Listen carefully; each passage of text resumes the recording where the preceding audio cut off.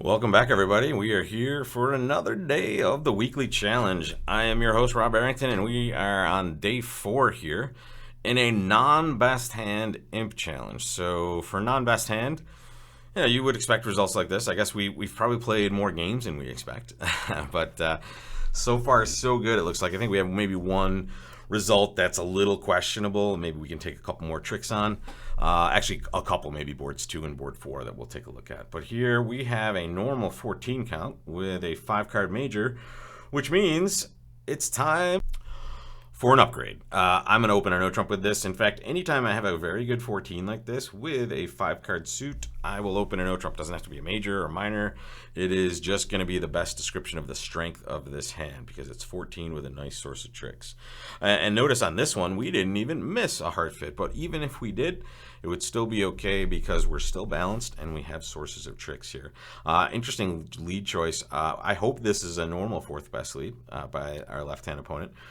I hope they have the 10 as well, because here, if they do, we have a nice little easy free finesse in this one.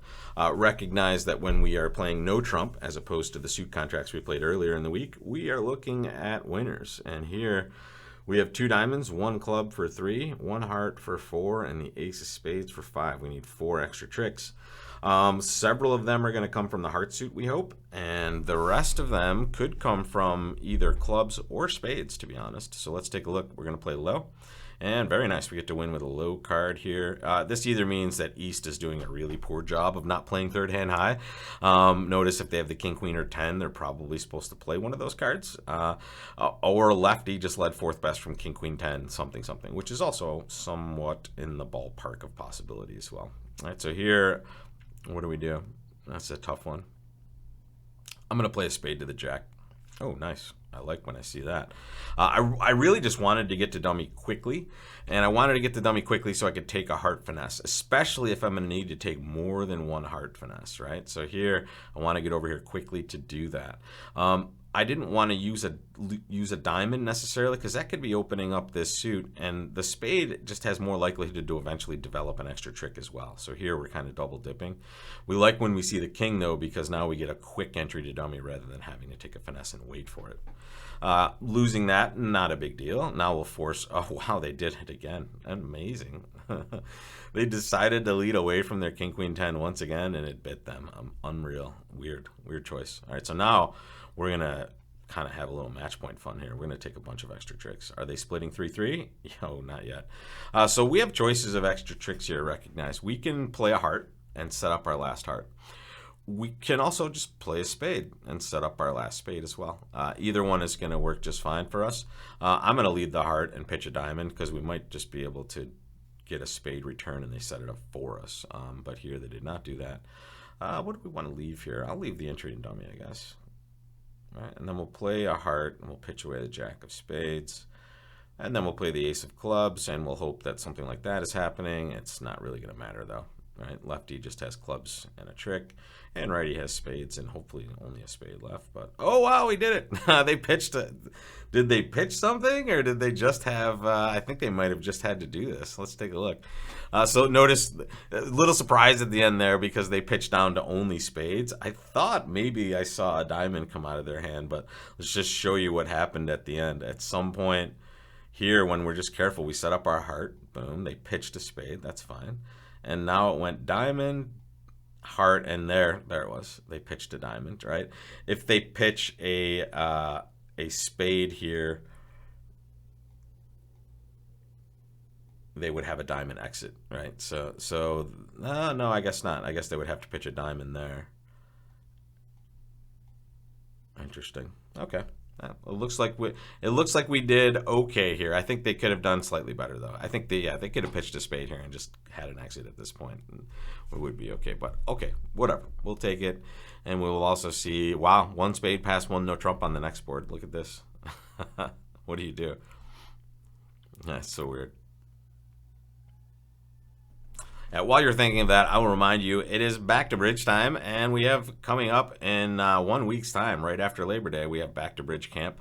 5 events for a very low price, all with me, all live, but can be experienced live or on replay. In fact, all the replays will be edited for time, so you won't have any of that dead air on them. So here, great section, our selection of classes to get you back into the game and get those bridge brains working at their highest level. And here, even with bridge brains at the highest level, we don't really have a call. We can't bid. Double would be takeout-ish here, right? We would just be asking partner to bid. Double is essentially a takeout of spades. So here we're just going to let it go. Maybe, hopefully they play one no trump. That would be nice.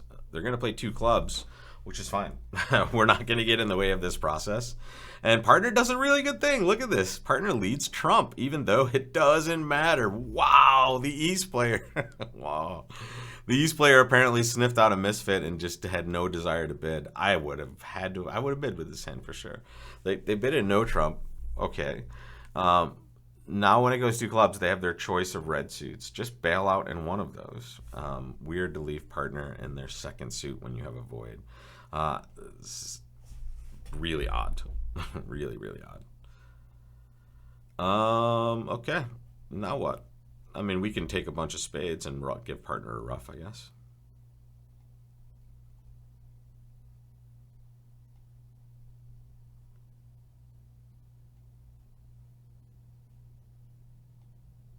All right, so there's an entry to that hand there.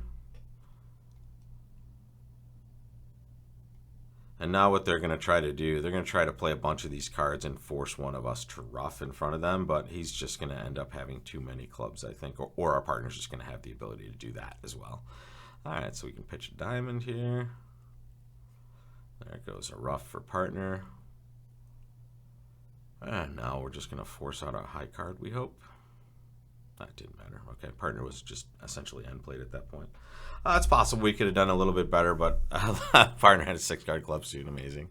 I mean, just a very, very odd choice for the robots. You know, I think the right-hand opponent's hand just has to bid, right? They just can't leave partner in a 4-0 fit. That's ridiculous. So either of the red 2 choices would be fine. Just I've never seen the robot do this. It's a surprising choice of bids for the right-hand opponent's hand. I think they just panicked. They saw 11 cards in the red suits and they said, okay. The book does tell you, folks, just for your information, the book does tell you when you have a misfit, you're supposed to tend to go low, right? Not that low, though. Not that low, especially when you have 11 cards in those suits. And pretty good ones, to be fair. All right, folks, we'll see what happens tomorrow in the last 2 boards of the challenge. I wish I could say we were doing well on board 8, but honestly, with the robots in play, I have no idea. They probably had the same auction at the other table, so who knows? So I'll either see you back here for this one, folks, or on the bridge camp right at bridgelesson.com, folks. See you soon.